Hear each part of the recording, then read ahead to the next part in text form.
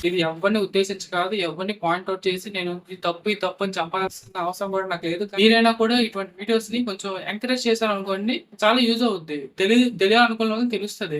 High students, ఈరోజు నేను ఒక సెన్సిటివ్ కానీ చాలా ఇంపార్టెంట్ టాపిక్ గురించి చెప్పబోతున్నాను. అదేంటంటే జేఈ ఆర్ ఐఐటీ అడ్మిషన్ లో రిజర్వేషన్ యొక్క ఇంపాక్ట్ స్టూడెంట్స్ మీద ఎలా ఉంది అని ఒక దాని మీద వీడియో చేయమని అయితే నన్ను మా సబ్స్క్రైబర్ కోరారు. అందువల్ల చేస్తున్నాను. మనకు తెలుసు జేఈ ఆర్ ఐఐటీ ఎగ్జామ్స్ లో ఓవరాల్ ద ఇయర్ చాలా మంది స్టూడెంట్స్ కష్టపడుతూ ఉంటారు. డైలీ 12 to 13 అవర్స్ దానికన్నా ఎక్కువ కూడా కష్టపడుతూ ఉంటారు. మైండ్ పోద్ది. అయినా వాళ్ళ గివప్ ఇవ్వరు. చాలా కష్టపడుతూ ఉంటారు. చివరికి ర్యాంక్ కొడతారు. కానీ చివరికి ఇలా సీట్ అడ్మిషన్ ప్రాసెస్ ఉంటుంది కదా కౌన్సిలింగ్ లో. ఆ కౌన్సిలింగ్ అప్పుడు ఇలా ఓబీసీ, ఓసీ వాళ్ళకైతే సీట్లు రావటం లేదు. ప్రతి ఇయర్ ఇలాగ అవుతుంది. ప్రతి లాక్స్ ఆఫ్ స్టూడెంట్స్ పోతున్నారు. అంటే ఇప్పుడు ఒక అబ్బాయికి 28,000 ర్యాంక్ వచ్చింది. ఇంకోటికి ఏమో 58,000 ర్యాంక్ వచ్చింది. అయినా కూడా రావట్లేదు. సీట్ రావట్లేదు. 15 లాక్స్ మెంబర్స్ 28,000, 58,000 లాక్స్ ఇచ్చిన సీట్ రావట్లేదు అంటే అర్థం ఏంటి? The same way SC are ST caste వాళ్ళు ఏమంచో చాలా ఎక్కువ ర్యాంక్ వచ్చినా కూడా ఓ మంచి కాలేజ్ చేరిపోతున్నారు. ఓబీసీ వస్తే చాలా తక్కువ ర్యాంక్ వచ్చినా కూడా మంచి కాలేజ్ చేరట్లేదు. అందరికి తెలిసిన విషయం రిజర్వేషన్ అంటే అనుకోండి చాలా మంది ఒక 20 ర్యాంకులు తేడా ఉంటుంది. తెలియదు. మీకు ఎవరికీ తెలియదు. ఎగ్జామ్ మీరు రాసి కౌన్సిలింగ్‌కి వెళ్ళలేదు. ఒక్కసారి ఎగ్జామ్ రాసిన తర్వాత కౌన్సిలింగ్‌లో చాలా మంది స్టూడెంట్స్ చాలా బాధపడతారు. ఎందుకంటే వాళ్ళకి ముందే తెలియదు. ఓరి బాబు ఇంత డిఫరెన్స్ ఉంటదా? మనం ఇంత గట్టిగా చదవాల్సింది అనేసి తెలియదు ఓసీ, ఓబీసీ స్టూడెంట్స్‌కి. కానీ కౌన్సిలింగ్ టైంలో చాలా మంది సీట్లు కోల్పోయి డిప్రెషన్‌లోకి వెళ్ళిపోతున్నారు. అందువల్లే నేను ఈ వీడియో చేశాను. ఫర్ ఎగ్జాంపుల్ ఒక ఓసీ ఆర్ ఓబీసీ స్టూడెంట్స్‌కి 2K ఆర్ 3K ర్యాంక్ వచ్చింది. అయినా కూడా వాళ్ళకి ఐఐటీలో సీట్లు రావట్లేదు. అదే గాని ఒక ఎస్సీ స్టూడెంట్స్‌కి, ఎస్టీ స్టూడెంట్స్‌కి అయితే మాత్రం వాళ్ళకి 20K వచ్చినా, 25K వచ్చినా కూడా మంచి మంచి ఐఐటీ, మంచి ఎన్ఐటీలో సీట్లు వస్తున్నాయి. ఎందుకు? అసలు ఎందుకు ఇలా అవుతుందంటే మీ అందరికీ తెలిసిన విషయమే. దీనికి మెయిన్ రీజన్ ఏంటంటే రిజర్వేషన్. దీన్నే రిజర్వేషన్ అని అంటారు. ఎంత మీకు తెలియదో ఒకసారి ఇక్కడ స్క్రీన్ మీద పెడతాను. ఒకసారి 4 ఫోటోలు చూడండి. జలంధర్‌లో చూడండి. ఈడబ్ల్యూఎస్ స్టూడెంట్‌కి 48,000 వచ్చినా కూడా 48,000 కట్ అవుతుంది. అదే గాని ఒక ఎస్టీ స్టూడెంట్‌కి అయితే 2,00,000 వరకు అవుతుంది. చూసారా? తేడా చూసారా? 48,000 ఎక్కడ, 2,00,000 అక్కడ. సేమ్ బ్రాంచ్, సేమ్ మొత్తం అంతా సేమ్. జస్ట్ క్యాస్ట్ డిఫరెన్స్ వల్ల వాడికి దాంట్లో ఎస్టీ దాంట్లో సగం కూడా లేదు. ఈడబ్ల్యూఎస్, ఓబీసీ జలంధరే కాదు. ఇప్పుడు నేను కొన్ని ఎగ్జాంపుల్ కూడా చూపిస్తాను. స్క్రీన్ మీద చూడండి. జలంధర్, అగర్తల, ఢిల్లీ, గోవా ఇలా చూసుంటే అది చాలా ఎగ్జాంపుల్స్ ఉన్నాయి. ప్రతిదీ ఇలాగ క్యాస్ట్ రిజర్వేషన్ వల్ల చాలా మంది స్టూడెంట్స్ నష్టపోతున్నారు. ఇంకా ఇదేం చేయాలో తెలియక ఎంసెట్ వాళ్ళు జాయిన్ అయిపోవడం, అక్కడ రాక్ చేయడం పక్కన పెడితే, ఆ రాక్ చేసి ఇంకా ఐఐటీలో రాక్ చేస్తే వీళ్ళు ఇంకా మన దేశాన్ని ఇంప్రూవ్ చేయొచ్చు కదా! నేను ఇప్పుడు మాట్లాడుతుంది మన దేశాన్ని ఇంప్రూవ్ చేయడం గురించి. దేశాన్ని ఇంప్రూవ్ చేయాలంటే మెరిట్ స్టూడెంట్స్ మంచి కాలేజ్‌కి వెళ్ళాలి. మెరిట్ స్టూడెంట్స్ మంచి కాలేజ్‌కి వెళ్ళాలంటే అది ఐఐటీస్ ఆర్ ఎన్ఐటీస్. ఎంసెట్ కాలేజ్‌లో కూడా మెరిట్ స్టూడెంట్స్ ఉంటారు. కానీ ఇలాగా బాధపడుతూ జాయిన్ అవ్వడం చాలా మంది. మీకు తెలీదు. నాకు ఇప్పుడు నేను ఎంసెట్ కాలేజ్ జాయిన్ అయ్యాను. ఎంసెట్ కాలేజ్‌లో నాకు తెలిసి ఒక 20 మెంబర్స్ పరిచయం అయితే 20 మెంబర్స్‌లో ఒక 12-13 మెంబర్స్ 95 ఆర్ 96% లోనే పరిచయం అయ్యారు. బ్రో నీ పర్సెంటేజ్ ఎంత అంటే 95 ఆర్ 96 ఇదే చెప్తున్నాను. ఎందుకంటే ఏ క్యాస్ట్ బ్రో అంటే ఈడబ్ల్యూఎస్ ఆర్ ఓబీసీ అంతే. అది ఎస్సీ వాళ్ళు అయితే నాకు కనిపించలేదు. ఒకసారి మీరు ఐఐటీస్‌లో చూడండి మాక్సిమం ఎస్సీ స్టూడెంట్స్ ఉంటారు.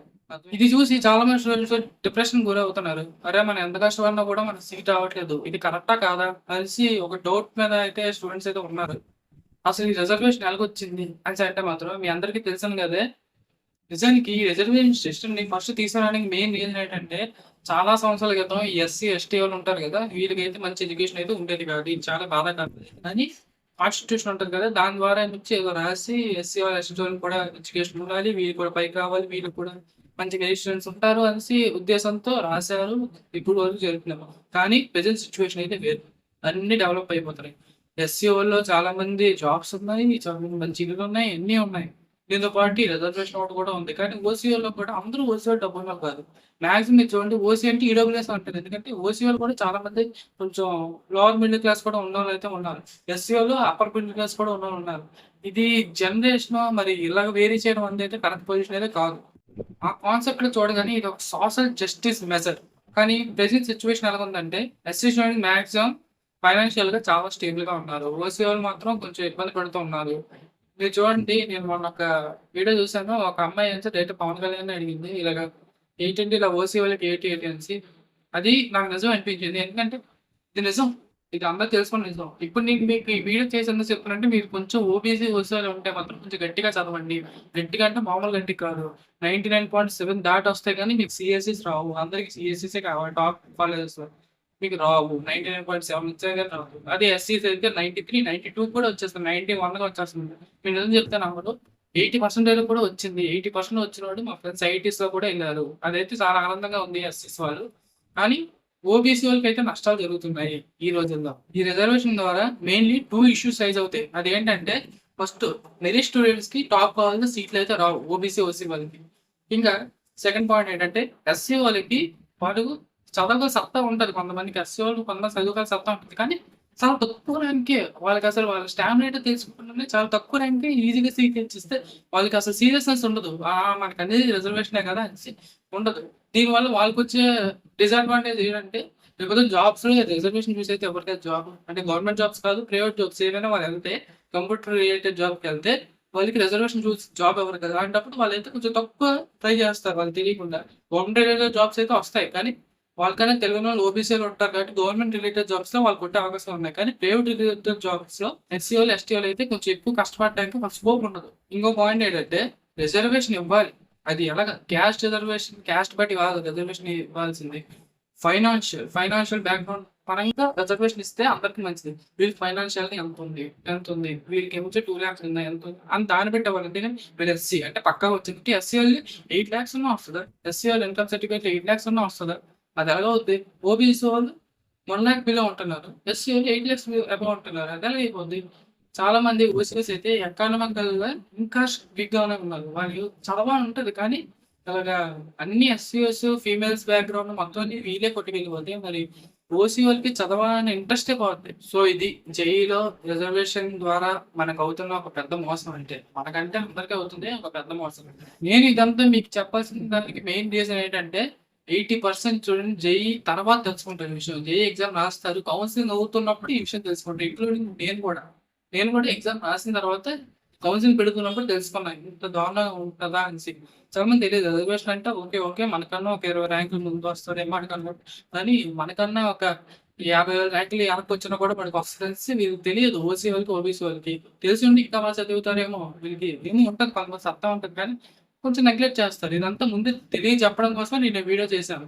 ఇది ఎవ్వరిని ఉద్దేశించి కాదు. ఎవరిని పాయింట్ ఔట్ చేసి నేను ఇది తప్పు అని చెప్పాల్సిన అవసరం కూడా నాకు లేదు. కానీ ఇది ఏదో స్టూడెంట్స్ చదువుతారు. స్టూడెంట్స్ కూడా వింటారనేసే నేను చెప్పాను. స్క్రీన్ షాట్ ఇందాక తీశాను కదా! కాబట్టి మీరే కంపారిజన్ చేసుకొని చూడండి ఎంత వేరియేషన్ ఉందో. ఆల్మోస్ట్ ఓసీలు వచ్చిన దానికన్నా ఎస్టీ వాళ్ళకి డబుల్, ట్రిపుల్ ర్యాంక్ వెనకొచ్చినా కూడా ర్యాంకులొస్తాయి. కానీ ఓసీ వాళ్ళకి వీళ్ళకన్నా ఒక రెండింతలు ముందొచ్చినా కూడా ర్యాంకులు రావు. సో ఎస్సీ వాళ్ళకి, ఎస్టీ వాళ్ళకైతే మాత్రం ఇది చాలా మంచి ఆపర్చునిటీ. ఈ వీడియో చూస్తున్న ఎస్సీ, ఎస్టీలు కూడా అయ్యుంటారు. వాళ్ళకైతే మంచి ఆపర్చునిటీస్. సో గైస్ మీరు మాత్రం వదలకండి. ఓబీసీ వాళ్ళు అయితే వాళ్ళు చాలా కష్టపడతారు. వాళ్ళ కష్టం వాళ్ళకుంటది. కానీ ఎస్సీ వాళ్ళు మాత్రం వదలకండి. మీకొచ్చిన వండర్‌ఫుల్ ఆపర్చునిటీ. ఇటువంటి ఆపర్చునిటీ మీరు మిస్ చేసుకోకండి. ఎందుకంటే మీరు వన్స్ అగైన్ మీరు 80లోకి, ఎన్‌ఐటీలోకి వెళ్ళిపోతే మాత్రం అక్కడ అందరూ తెలివైనోళ్ళే ఉంటారు. అంటే ఒక మంచి టీమ్‌తో ఉన్న అంటే ప్రతివోడు ఒకప్పుడు ఏదో ఒకటి చేస్తూ ఉంటాడు. కొత్తది కనిపెడుతూ ఉంటాడు. మీరు వాటితో వెళ్తే మీకు కూడా కొంచెం అనలిటికల్ స్కిల్స్ పెరుగుతూ ఉంటాయి కదా! ఇప్పుడు ఒక చిన్న ఏదో డిగ్రీకి వెళ్ళడానికి ఐఐటీకి ఇంత తేడా ఉంటుంది కదా! కాబట్టి మీరు మాత్రం వదులుకోకండి. మీ ఛాన్స్ మాత్రం. సో స్టూడెంట్స్ మీరు ఇప్పుడు ఈ వీడియో అంతా చూసారు కదా! మొత్తం విన్న స్టూడెంట్స్‌గా మీరు అసలు ఈ రిజర్వేషన్ వర్తా కాదా? అని కింద కామెంట్‌లో షేర్ చేసి పెట్టండి. నేను కూడా లైక్ చేసి ఆన్సర్ ఇస్తాను. ఏది కాదని. ఇంకా దీనికి సొల్యూషన్ ఏంటి? దీన్ని ఎలా ఇంప్రూవ్ చేయాలి అనేసి మీరు ఎక్కువగా మీరు వ్యూస్ పెంచితేనే ఇది ఎలా ఎక్కడికి రీచ్ అవ్వాలో అక్కడ రీచ్ అయ్యి ఏం జరగాలో అది జరుగుతుంది. ప్రతి ఇయర్ చాలా యూట్యూబ్ ఛానల్స్ చెప్తున్నారు. అరే ఇలా మోసపోతున్నారా అని చెప్తున్నారు. అయినా కూడా మన ఎన్ఐటీ హైయర్ ఆఫీసర్స్ ఏం చేయట్లేదు. మీరైనా కూడా ఇటువంటి వీడియోస్‌ని కొంచెం ఎంకరేజ్ చేశారనుకోండి చాలా యూజ్ అవుద్ది. తెలియాలనుకున్న వాళ్ళకి తెలుస్తది. మీ మట్టు మీరు చూసేసి ప్రాబ్లమ్ మీరు రెక్టిఫై చేయాలి కదండీ! ఓబీసీ వాళ్ళు, ఓసీ వాళ్ళు మాత్రం రెక్టిఫై చేయగలరు వీడియోస్‌ని. సో గైస్ మరిన్ని ఎడ్యుకేషన్ రిలేటెడ్ వీడియోస్ కోసం మన ఛానల్ వెంటనే సబ్స్క్రైబ్ చేసుకోండి. అండ్ వెళ్ళే ముందు మాత్రం లైక్ చేసి వెళ్ళిపోండి. నాకు కొంచెం సపోర్టివ్‌గా ఉంటుంది. అండ్ మళ్ళీ మనం నెక్స్ట్ వీడియోలో మీట్ అవుదాం. అండ్ అంతవరకు ఉంటాను. బాయ్.